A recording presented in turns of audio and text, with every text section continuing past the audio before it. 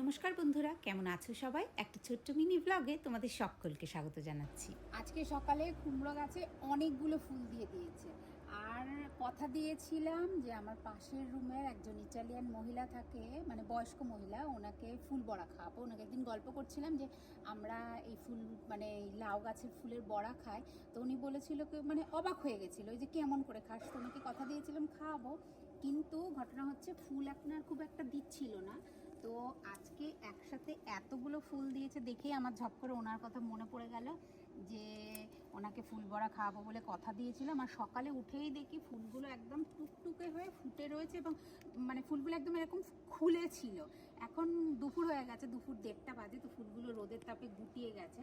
তো যাক, ওনাকে ফুল বড়া খাওয়াতে পারবো সেটা অনেকটা আনন্দ লাগছে। আর ওনাকে যে কথা দিয়ে কথা রাখতে পেরেছি সেটাও অনেকটা আনন্দের। তো এই যে আমার গাছের ফুল, এখন শুধু বাকি রয়েছে ওনাকে খাওয়ানোর, ওনাকে পাকোড়া করে খাওয়াবো।